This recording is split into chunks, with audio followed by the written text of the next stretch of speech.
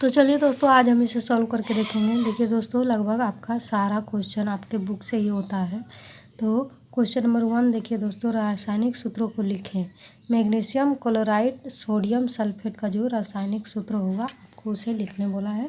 तो आप यहाँ से लिख सकते हैं, या तो मैं आपका लिख लूँ, आप आंसर इस तरह से लिख सकते हैं। ये आपके बुक में भी है, आपको दिखाती हूँ। ये देखिए, मैग्नीशियम क्लोराइड का आपका यहाँ दिया हुआ है, यहाँ से देख के लिख सकते हैं।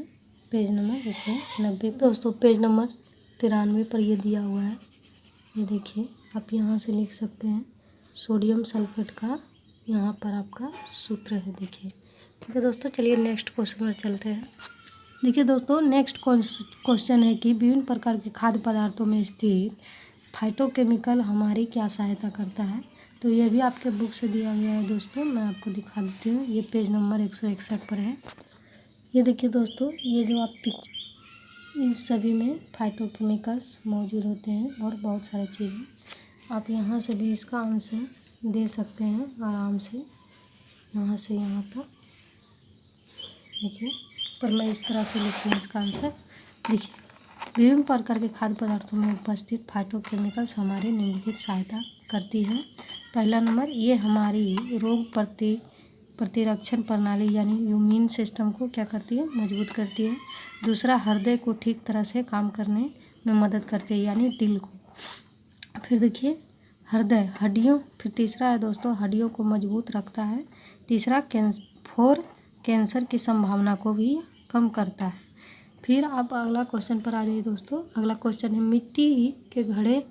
मिट्टी के घड़े में जल ठंडा क्यों रहता है। तो ये भी आपके बुक में है, मैं आपको दिखा देती हूँ। ये देखिए दोस्तों, ये पेज नंबर 13 में है।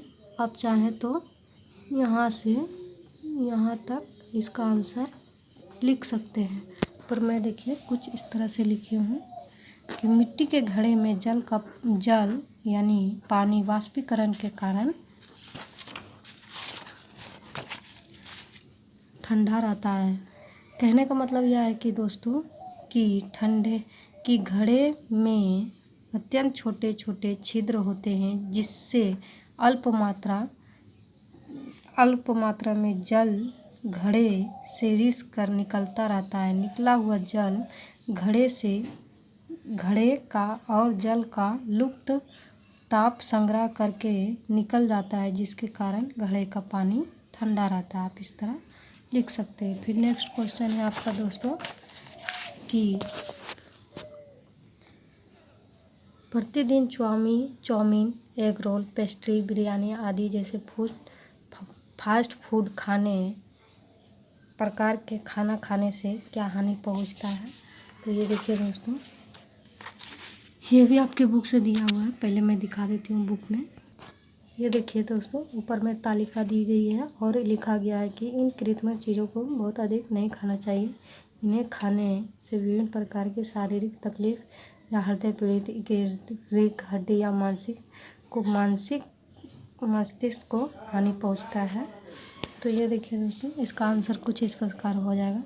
ये प्रतिदिन chowmein, egg roll, pastry, biryani इत्यादि जैसे फास्ट फूड प्रकार के खाना खाने से निम्नलिखित हानि पहुंचता है। पहला दोस्तों, ये पेट खराब कर देता है। आप अगर रोज़ खाना शुरू करेंगे, इसमें तेल मसाला बहुत ज़्यादा रहता है। फिर देखिए, दूसरा नंबर, हृदय से जुड़ा रोग भी हो सकता है, यानी कोलेस्ट्रोल अगर बढ़ जाएगा तो हृदय में सांस ये वगैरह हार्ट अटैक की शिकायत हो जाती है दोस्तों। फिर देखिए, ये 3 नंबर है, कोलेस्ट्रोल को बढ़ाता है। 4 नंबर, यकृत, वीक हड्डी, मस्तिष्क को भी यह हानि पहुंचाता है।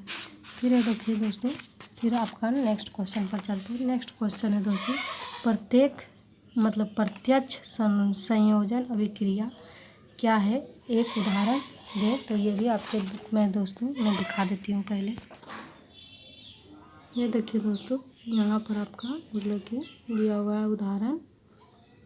तो आइए पढ़ते हैं कि आंसर क्या है। आंसर है, देखिए दोस्तों, कि जब 2 या 2 से अधिक तत्व या पदार्थ किसी रासायनिक अभिक्रिया के फलस्वरूप मिलकर एक यौगिक बनाते हैं तो उसे संयोजन अभिक्रिया कहते हैं। जैसे ऑक्सीजन और हाइड्रोजन मिलकर जल बनाता है। ऑक्सीजन हाइड्रोजन अलग अलग तत्व है दोस्तों, जो अगर दोनों को सही अनुपात में मिलाया जाए तो क्या बनता है, जल मिलता है। उसका सूत्र ये आप देख सकते हैं। फिर देखिए दोस्तों, फिर आपका है नेक्स्ट क्वेश्चन है कि जीवों के शरीर में जल की कोई 3 भूमिका की व्याख्या करें। ऐसे जल की तो बहुत सारी भूमिकाएं होती हैं दोस्तों, पर आपको 3 ही लिखने के लिए बोला गया है तो आप 3 लिख सकते हैं। आप ये बुक से भी लिख सकते हैं, मैं आपको दिखा दूँगी बुक में। पहले आंसर पढ़ देती हूँ। 6 नंबर का है दोस्तों, जीवों के शरीर में जल की 3 भूमिकाओं की व्याख्या निम्नलिखित है, या निम्नलिखित मतलब नीचे लिखा हुआ है दोस्तों। फिर देखिए 1 नंबर है ताप परिवाहक के रूप में। देखिए ताप परिवाहक यानी जब गर्मी पड़ती है दोस्तों, कि हमारा शरीर गर्म ना हो जाए, इसीलिए हमें पसीना निकलता है शरीर का टेम्परेचर सामान्य रखने के लिए, ठीक। तो पसीने के रूप में, पसीने के साथ हमारे शरीर के ताप को बाहर निकालता है। फिर देखिए दर्वाक के रूप में, जब पेट खराब हो जाता है दोस्तों, तो यदि पानी नहीं रहेगा तो फिर उल्टी कैसे होगी, तो वही पेट खराब होने पर अनावश्यक वस्तु मल या उल्टी के द्वारा जरिए बाहर निकालना। फिर प्रतिक्रिया के रूप में, तो प्रतिक्रिया जब खाद्य संश्लेषण के समय जल का भी प्रयोग होता है। जब पौधे हैं खाद्य संश्लेषण की क्रिया करते हैं दोस्तों, तो उसमें भी क्या होता है, जल का प्रयोग किया जाता है। ये आप बुक से भी लिख सकते हैं, मैं आपको दिखाती हूँ। ये देखिए दोस्तों, इसका क्वेश्चन आप यहाँ से भी लिख सकते हैं। पहले ये लिखिएगा, उसके बाद फिर ये लिखना है, जिस तरह मैं कॉपी में लिखी हूँ देख लीजिए अच्छे से। पेज नंबर आपका 176 है। वीडियो देखने के लिए थैंक यू दोस्तों। जो गलती हो गई हो उसे माफ़ कीजिएगा।